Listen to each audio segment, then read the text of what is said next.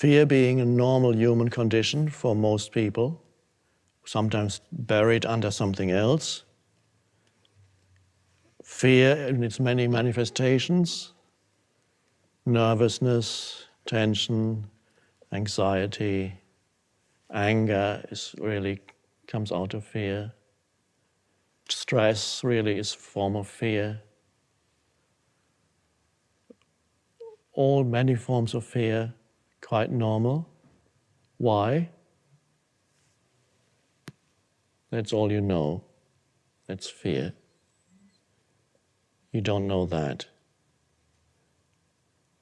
Once you know that also, it's the end of fear. Because there nothing can be destroyed. That's why the Course in Miracles starts, which is all you need to know, the prologue, the first, before it all starts. It says this course can be summarized in the following words. Nothing real can be threatened. Nothing unreal exists. Herein lies the peace of God. Nothing real can be threatened, and that is here, because nothing unreal ultimately exists in the world of form. The form is ultimately not real in itself. Nothing unreal exists. Herein, which means knowing that, lies the peace of God. God, of course, is the formless, timeless, eternal, unmanifested, that is both within and beyond the world.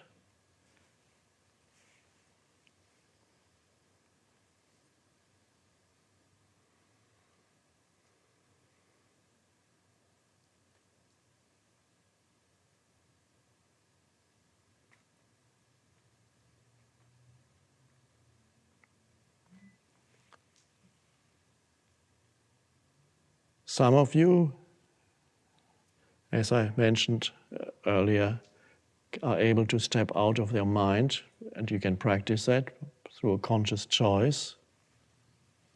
Be present. Nothing to think about right now, just be present. Wow. You don't carry your history with you when you're present.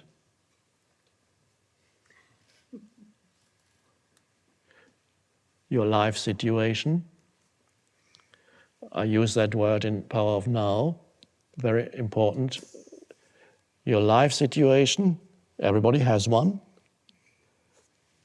Past, future, relationships, job, health, finances, where you live, what happens to you, and all your life situation. You have a life, you have a life situation, of course you do. But you also have, it's not that you have a life, you are life itself. And when your life situation is all you know about yourself, which is another way of putting, that's all you know, then you miss life. Now, you're very good at dealing with your life situation, but you miss life. You do all the right things, but it never really gets you anywhere because you missed life. Life is now, and life is not in the doing. Life is in the being, now.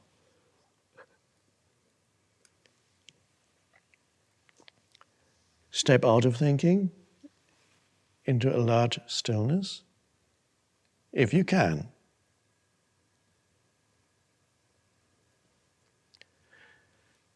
And also, another way is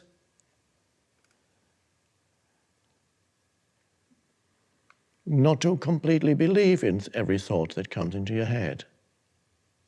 Realize it's a thought. It's a position.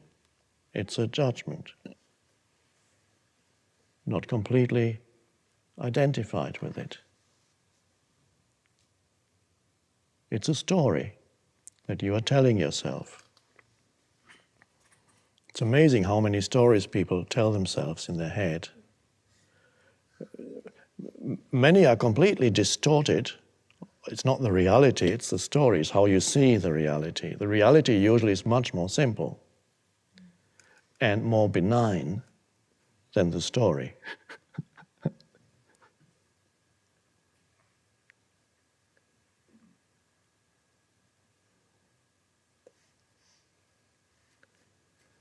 One of the early lessons in A Course in Miracles says you're supposed to look at things around you in the room and say, nothing that I see in this room means anything.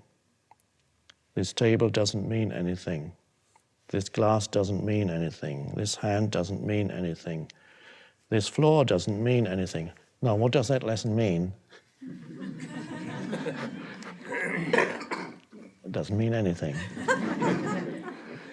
What it means is, it's attempting to erase the continuous conceptualization of reality, like scribblings on a blackboard.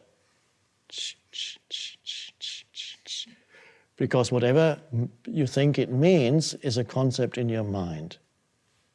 And if you deny the continuous and compulsive conceptualization of reality, it's like erasing the conditioning of your mind. And coming to the place where the Dalai Lama is, don't know.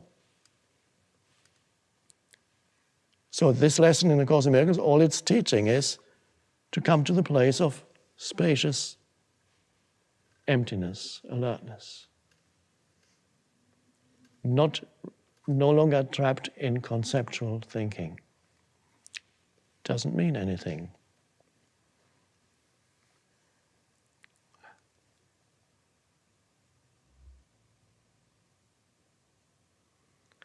And of course, that's another, you're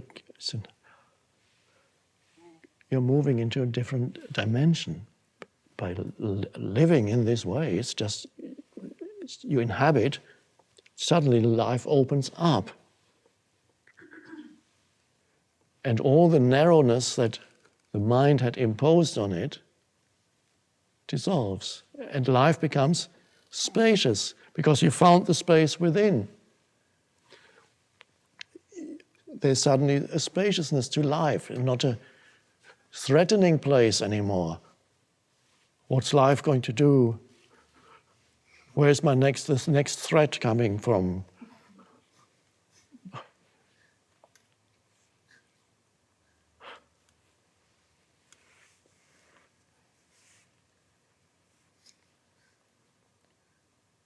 And again, the same thing, for example,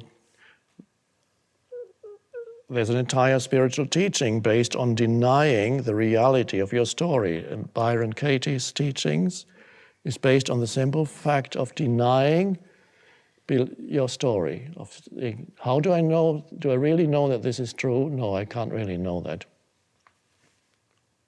So you get you to the same place where the Dalai Lama is. Don't know.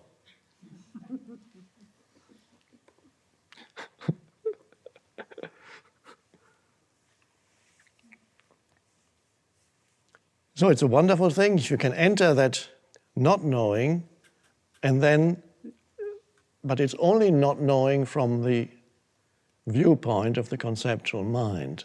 You're actually connected with a deeper intelligence, unconditioned, and if you really need to know something, it comes. But it comes out of the spaciousness of not knowing.